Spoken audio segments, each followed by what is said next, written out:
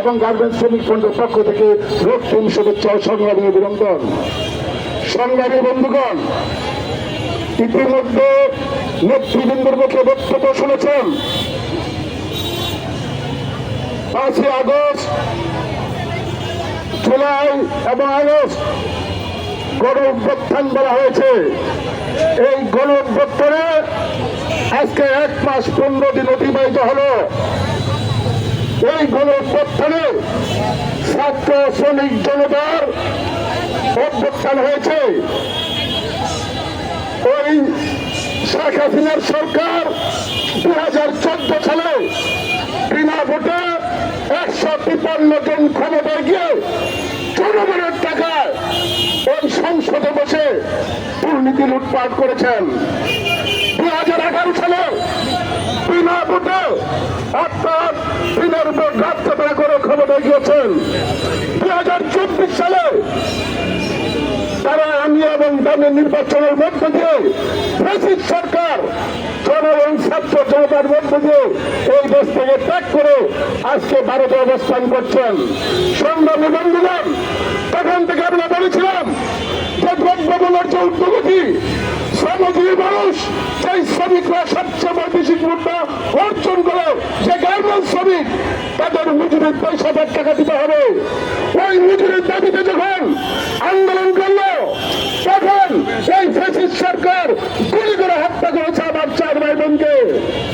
আমরা সেদিন বলেছিলাম যে আজকে ওই যে দ্রব্যমূল্যের যে উদ্যোগী শ্রমিকের যে মজুরি বৃদ্ধি করা প্রয়োজন, সেই মজুরির জন্য যে 5 বছর পর মজুরি বোর্ড গঠন করে জীবনযাত্রার মান, জীবনযাত্রার ব্যয়, উৎপাদনশীলতা, দেশের আর্থসামাজিক ব্যবস্থার উপর ভিত্তি করে এটা মজুরি নির্ধারণ করা দরকার। যে মজুরি দিয়ে শ্রমিকরা বেঁচে থাকতে পারে, সরকার সেদিকে কর্ণপাত করে নাই। কিন্তু আজকে যে অন্তর্বর্তীকালীন সরকার এসেছেন, তার কাছে আমরা দাবি করি ওই 4 জন যে শ্রমিককে হত্যা করেছে তাদের অবিলম্বে বিচার করতে হবে, তাদের পরিবারকে তার ক্ষতিপূরণ দিতে হবে, আজীবনের সমপরিমাণ ক্ষতিপূরণ। সংগ্রামী বন্ধুগণ, আজকে আপনি দেখেছেন সারা বাংলাদেশে মাজারে হামলা হচ্ছে। কেন, কি কারণে? একটা গণতান্ত্রিক রাষ্ট্রে সমস্ত ধর্ম ধর্মাবলম্বী মানুষ 1971 সালে মুক্তিযুদ্ধের মধ্যে দিয়ে এই দেশ স্বাধীন হয়েছে। স্বাধীনতার মধ্যে দিয়ে যেইভাবে শাসক শ্রেণী দেশ পরিচালনা করেছে, পরিচালনার কারণে আজকের দেশের যে অনুমোদন, সেই জায়গা থেকে মুক্তিযুদ্ধের যে চেতনা সমাজতন্ত্রের দিকে অগ্রসর হবে। সমাজতন্ত্র একমাত্র শ্রমজীবী মানুষের মুক্তির পথ দেখাতে পারে। মুক্তিযুদ্ধের চেতনা হচ্ছে সামনের চেতনা, সেখানে তারা ন্যায় বিচার পাবে। আমরা কখনো ওই বিচার হাতে নিয়ে লোক জাস্টিসের মতন ব্যবস্থা করে মানুষকে হত্যা করলে তার অবিলম্বে তাদেরকে গ্রেফতার করতে হবে, তার বিচারের আওতায় নিতে হবে। সংগ্রামী বন্ধুগণ, আমরা বাজারে যে সিন্ডিকেট দ্রব্যমূল্যের যে উদ্যোগী চলছে, আজকে 1 মাস 15 দিন অতিবাহিত পরও আজকে সিন্ডিকেটের জায়গা আছে। অবিলম্বে সিন্ডিকেট ভেঙে বাজারকে নিয়ন্ত্রণ আনতে হবে এবং শ্রমিকের যে শ্রম আইন অনুযায়ী যে বিভিন্ন জায়গায় যে গণ্য হচ্ছে ব্যবসা শ্রমিকরা করছে। সংগ্রামী বন্ধুগণ, শ্রম আইনে পরিষ্কার লেখা আছে 7 কর্মদিবসের মধ্যে শ্রমিকের মজুরি প্রদান করতে হবে।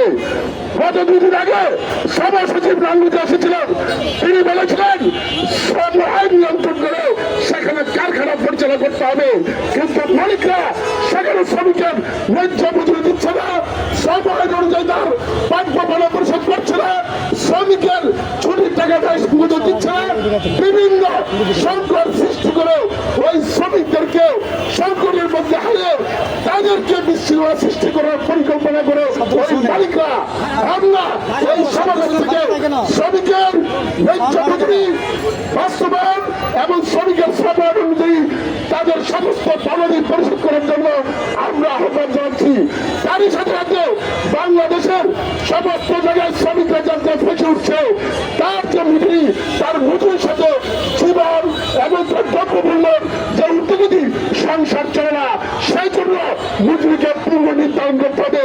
এই আশাবাদ ব্যক্ত করে ফলে আমরা দেখেছি 5ই আগস্টের পর থেকে, সেই অভ্যুত্থানের পরে আমরা সমাজে বাংলাদেশের বিভিন্ন জায়গায় আমরা দেখেছি বিভিন্ন হটগরিত উচ্ছৃঙ্খলতা তৈরি হয়েছে।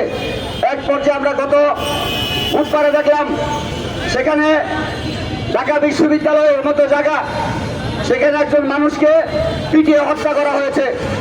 এর আগে জাহাঙ্গীরনগর বিশ্ববিদ্যালয়ের যুবককে পিটিয়ে হত্যা করা হয়েছে। আমরা এই হত্যাকাণ্ডের বিচার দাবি করছি। পাশাপাশি জুলাই এবং 5ই আগস্টের যে হত্যাকাণ্ড, সেই হত্যাকাণ্ডের বিচার দাবি করছি।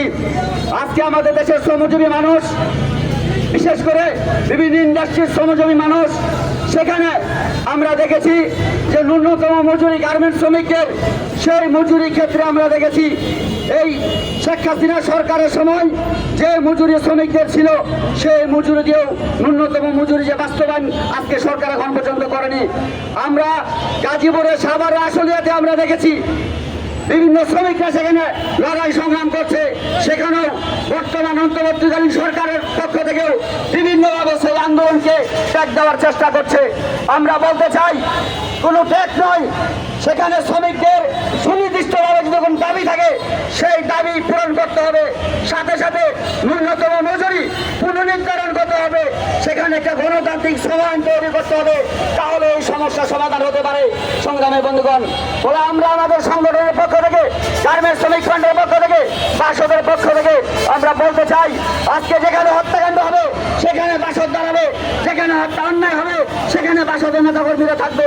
সেই আহ্বান জানিয়ে আমি আমার বক্তব্য